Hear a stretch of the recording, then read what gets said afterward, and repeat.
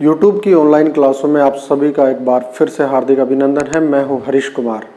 हम पढ़ रहे हैं कक्षा 8 की गणित अध्याय 3 चतुर्भुजों को समझना, और इसकी आखिरी प्रश्नावली चल रही है हमारी प्रश्नावली 3.4।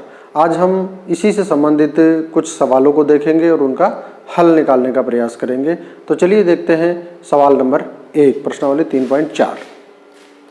पहला सवाल है, बताइए कथन सत्य है या असत्य है। आपको बताना है कि दिए गए कथन सत्य है या असत्य है और उनका कारण भी लिखना है। अगर सत्य है तो क्यों है और असत्य है तो क्यों है। तो पहला सवाल है इसमें क्वेश्चन नंबर ए। देखिए पहला ए, सभी आयत वर्ग होते हैं, यानी जितने भी आयत हैं वो सभी के सभी वर्ग होते हैं। सबसे पहले मैं आपको बताऊंगा कि आपको आयत और वर्ग की परिभाषाएं मैंने आपको बता रखी है। मैंने आपको बताया था जब हम आयत की परिभाषा पढ़ रहे थे तो उसमें मैंने बताया था कि आयत का मतलब क्या होता है कि जैसे मान लीजिए ये आकृति है ए बी सी डी। आयत की परिभाषा में हमने पढ़ा था कि वह चतुर्भुज जिसमें आमने सामने की भुजाएं बराबर माप की हो तथा प्रत्येक कोण है वो समकोण होना चाहिए, वो आयत कहलाता है। इसी प्रकार हमने वर्ग के बारे में भी पढ़ा था कि वर्ग किसे कहते हैं। तो वर्ग में मैंने आपको बताया था कि वर्ग से तात्पर्य है कि वह आकृति जिसमें 4 भुजाओं से निर्मित हो और चारों भुजाएं बराबर माप की हो, अर्थात वह चतुर्भुज जिसकी सभी भुजाएं बराबर माप की हो तथा प्रत्येक कोण समकोण हो, वर्ग कहलाता है। अब सवाल दिया गया है कि आयत वर्ग होते हैं, जितने भी आयत है वो सभी वर्ग होते हैं। तो यह संभव नहीं है, क्योंकि देखिए मान लीजिए इस आकृति की मैं बात कर रहा हूँ और मैं कहूँ कि ये जो भुजा है वो 6 सेंटीमीटर है, तो इसके सामने वाली भुजा भी कितने सेंटीमीटर की होगी, 6 सेंटीमीटर की। अगर मैं कहूँ कि ये वाली भुजा एडी भुजा अगर 4 सेंटीमीटर की है तो इसके सामने वाली भुजा भी 4 सेंटीमीटर की होगी। तो इसमें प्रत्येक कोण भी 90-90 डिग्री का है, अर्थात प्रत्येक कोण समकोण है। तो यहाँ ये आकृति आयत है लेकिन यह वर्ग नहीं है। तो हमारा जो पहला कथन होगा वो क्या होगा, असत्य। पहला कथन हो गया असत्य। बच्चों क्यों हुआ, क्योंकि सभी आयत वर्ग हो यह आवश्यक नहीं है, परंतु सभी जो वर्ग होते हैं वो आयत होते हैं। चलिए अगला देखिए।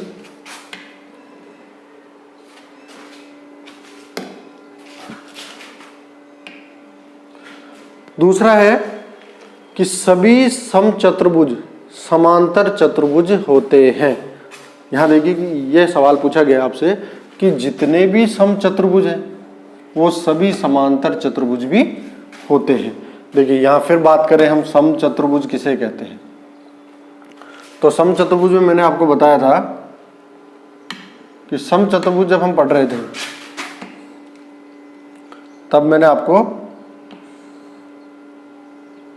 इस तरह की आकृति बताई थी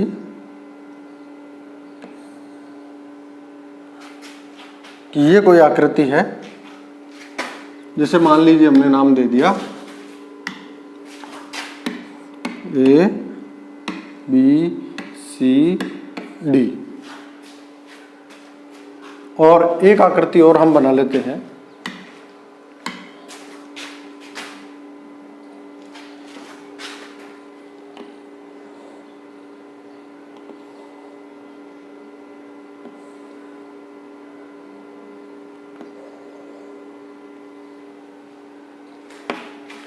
अब यहां सवाल पूछा गया है कि समचतुर्भुज, मान लीजिए ये कोई समचतुर्भुज है ए बी सी डी। अब समचतुर्भुज का मतलब क्या होता है, समचतुर्भुज का मतलब वह चतुर्भुज जिसकी सभी भुजाएं बराबर बराबर माप की हो। जैसे मान लीजिए सभी भुजाएं इसकी 4-4 सेंटीमीटर की है, ठीक है बच्चों। तो समचतुर्भुज है ये। तो क्या यह समचतुर्भुज समांतर चतुर्भुज हो सकता है। देखिए समांतर चतुर्भुज की परिभाषा हमने क्या पढ़ी थी कि वह चतुर्भुज जिसमें भुजाओं के दोनों युग्म समांतर हो समांतर चतुर्भुज कहलाते हैं। तो यहाँ भुजाओं का ये जोड़ा और भुजाओं का ये जोड़ा क्या है, समांतर है। ये जोड़ा और ये जोड़ा भी समांतर है, अर्थात भुजाओं के दोनों युग्म इसमें क्या है, समांतर है। तो यह समचतुर्भुज भी है और यह समांतर चतुर्भुज भी है, क्योंकि देखिए सभी भुजाएं बराबर है इसलिए ये समचतुर्भुज है। भुजाओं के दोनों युग्म समांतर है और इसलिए ये समांतर चतुर्भुज भी है। तो हमारा ये कथन हो गया सत्य, ये कथन हो गया हमारा सत्य। अगला देखिए, सभी वर्ग समचतुर्भुज और आयत होते हैं। यहाँ सवाल बहुत इंपॉर्टेंट है ये कि सभी वर्ग, मान लीजिए मैं ये कह रहा हूँ ये एक वर्ग है। वर्ग की परिभाषा से हम पहले से ही परिचित हैं कि वर्ग किसे कहते हैं, जिसकी सभी भुजाएं बराबर माप की हों तथा प्रत्येक कोण 90 डिग्री का हो, यानी कि समकोण हो। ये कोण 90, 90 और 90, सभी कोण समकोण होने चाहिए। ये हमारा क्या हो गया, वर्ग। अब सवाल ये पूछा जा रहा है कि ये जो वर्ग है क्या ये समचतुर्भुज भी है और क्या ये आयत भी है, हमें इसका उत्तर ढूंढना है। तो देखिए समचतुर्भुज किसे कहते हैं, तो हम पहले पढ़ चुके कि वह चतुर्भुज जिसकी सभी भुजाएं बराबर माप की होती है तथा सम्मुख कोण समान होते हैं, समचतुर्भुज कहलाता है। तो यहाँ हम देखें कि क्या यह परिभाषा इस चित्र पर लागू हो रही है, क्या इसमें सभी भुजाएं बराबर माप की हैं, तो हाँ इसमें सभी भुजाएं बराबर माप की है। क्या आमने सामने के कोण बराबर है, तो यहाँ आप देख पा रहे हो कि जैसे कोण ए कोण सी के बराबर है क्योंकि दोनों समकोण है, कोण बी कोण डी के बराबर है क्योंकि दोनों समकोण है। तो सवाल हो गया हमारा कि क्या वर्ग समचतुर्भुज है, तो हाँ वर्ग है वो समचतुर्भुज भी है। क्या ये वर्ग आयत भी है, तो आयत की परिभाषा हम पढ़ चुके हैं कि वह चतुर्भुज जिसमें आमने सामने की भुजाएं बराबर हो और प्रत्येक कोण समकोण हो। तो यहाँ भी इस पे लागू करके देख लीजिए। तो आमने सामने की भुजा का मतलब हो गया ये जो ए बी भुजा है वो डी सी भुजा के बराबर होनी चाहिए। तो 4 सेंटीमीटर 4 सेंटीमीटर दोनों बराबर है। डी ए सी बी भुजा के बराबर होना चाहिए, तो यहाँ भी ये भी दोनों 4-4 सेंटीमीटर है अर्थात बराबर है। प्रत्येक कोण समकोण होना चाहिए, तो यहाँ भी प्रत्येक कोण समकोण है। तो हमारा आंसर क्या हो गया, हाँ आयत भी वर्ग है, सॉरी ये वर्ग भी आयत है। यानी ये जो वर्ग दिया है वो समचतुर्भुज भी है और ये आयत भी है। ये हम बेसिक में भी पढ़ चुके थे। अगला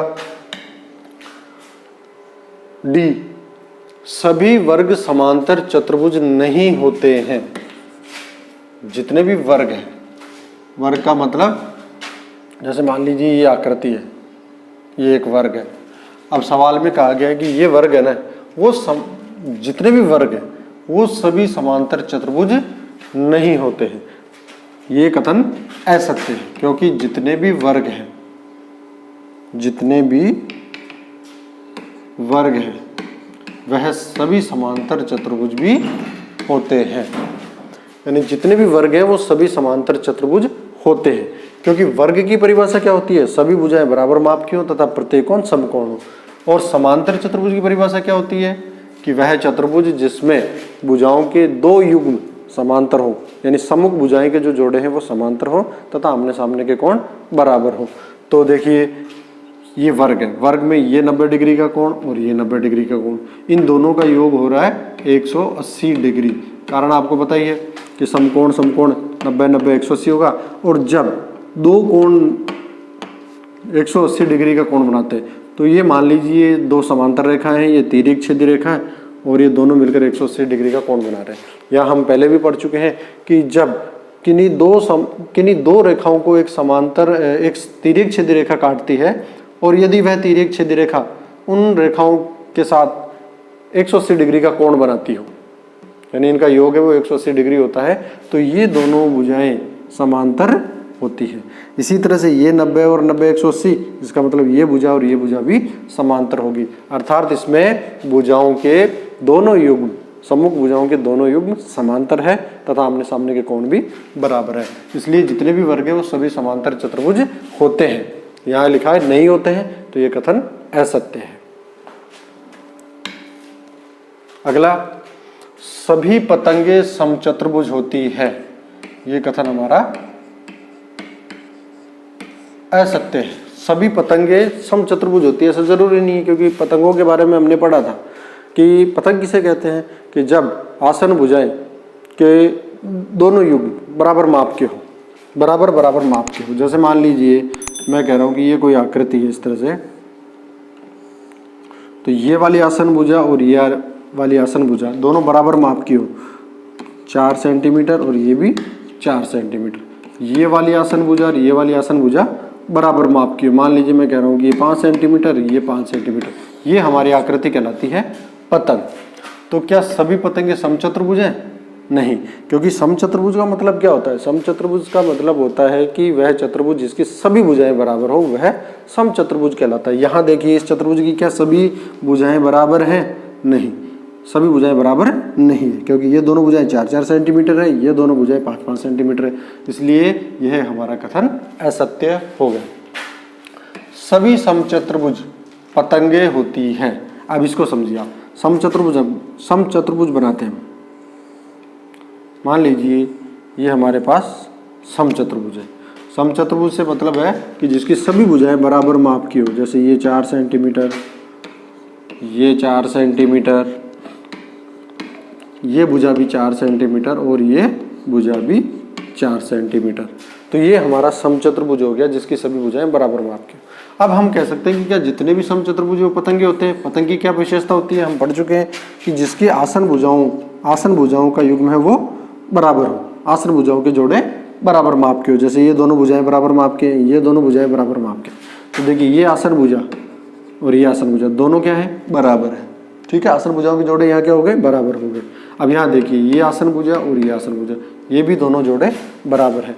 तो इसका तात्पर्य हुआ कि जितने भी समचतुर्भुज हैं वो सभी पतंग होते हैं। तो ये हमारा कथन हो गया बिल्कुल सत्य, ऐसा होता है, सत्य कथन है एकदम। अगला सवाल देखिए, सभी समांतर चतुर्भुज समलंब होते हैं। देखिए समांतर चतुर्भुज का तात्पर्य हम पढ़ चुके हैं कि वह चतुर्भुज जिसमें भुजाओं के दोनों युग्म समांतर हो। जैसे ये वाली भुजा इस भुजा के समांतर हो, ये वाली भुजा इस भुजा के समांतर हो, तथा आमने सामने की भुजाएं बराबर भी होती हैं और आमने सामने के कोण भी बराबर होते हैं। तो क्या ये समलंब चतुर्भुज भी है? यानी ये जो आकृति एक समांतर चतुर्भुज है, क्या ये समलंब चतुर्भुज भी है? तो बिल्कुल यह समलंब चतुर्भुज भी है, क्योंकि समलंब चतुर्भुज की जो परिभाषा हमने पढ़ी थी उसमें हमने पढ़ा था कि जब किसी चतुर्भुज में भुजाओं का सम्मुख भुजाओं का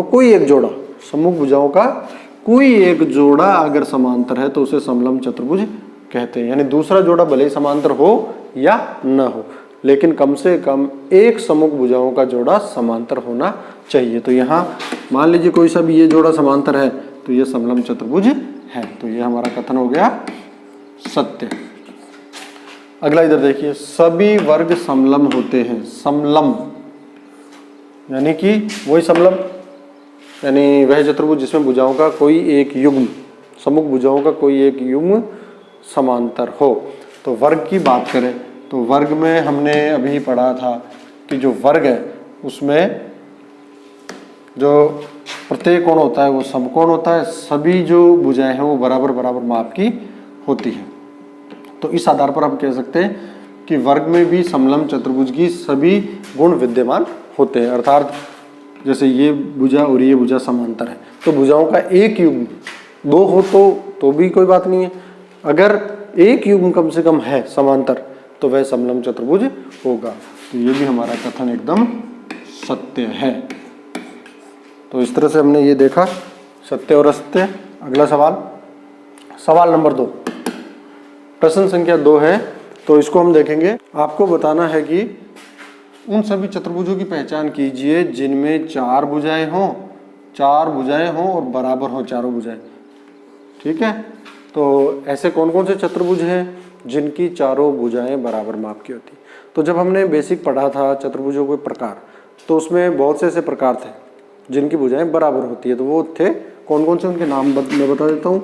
जैसे समचतुर्भुज, समचतुर्भुज यह वह चतुर्भुज है जिसकी सभी चारों भुजाएं बराबर माप की होती है। दूसरा वर्ग भी एक ऐसा चतुर्भुज है जिसकी सभी भुजाएं बराबर बराबर माप की होती है।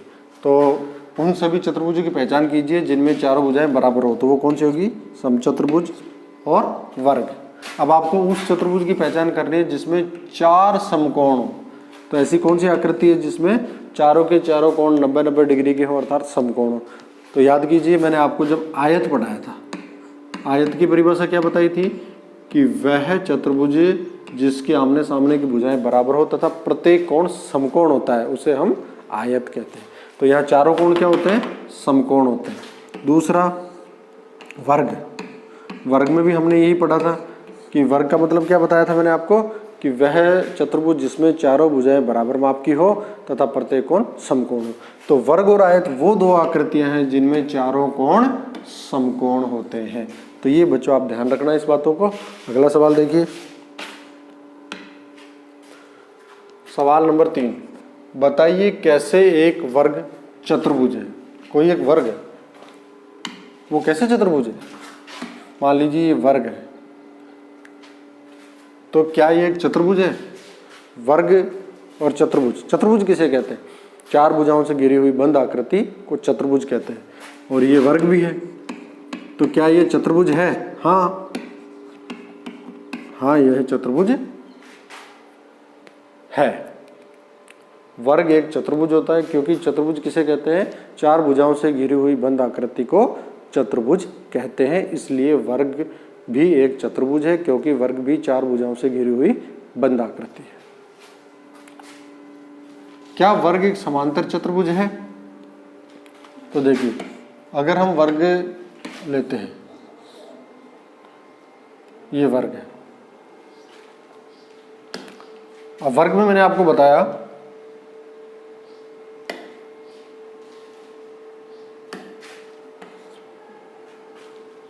देखिए ये वर्ग है, क्या ये समांतर चतुर्भुज है? तो समांतर वर्ग की जो परिभाषा है हमें पता है।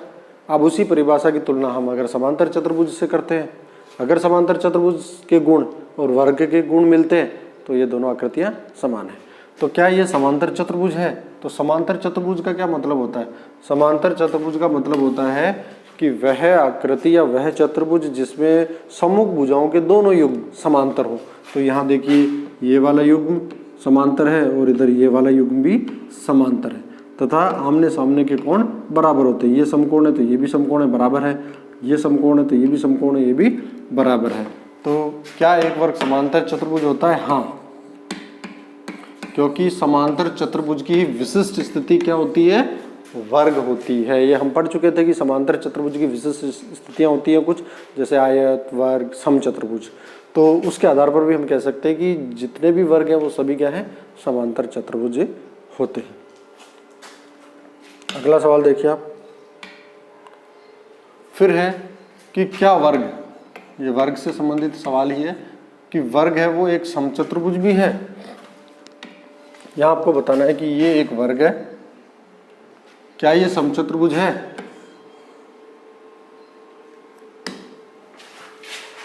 क्या ये समचतुर्भुज है?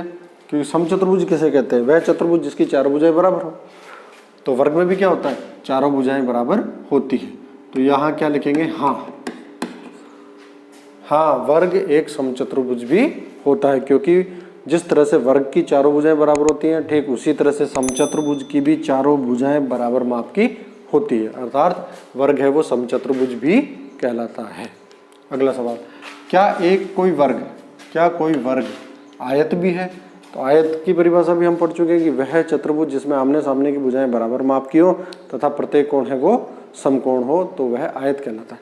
तो यहाँ ये स्थिति लागू हो रही है, क्योंकि बेसिक में भी ये चीज़ हम पढ़ चुके हैं। जैसे मान लीजिए मैं कह रहा हूँ कि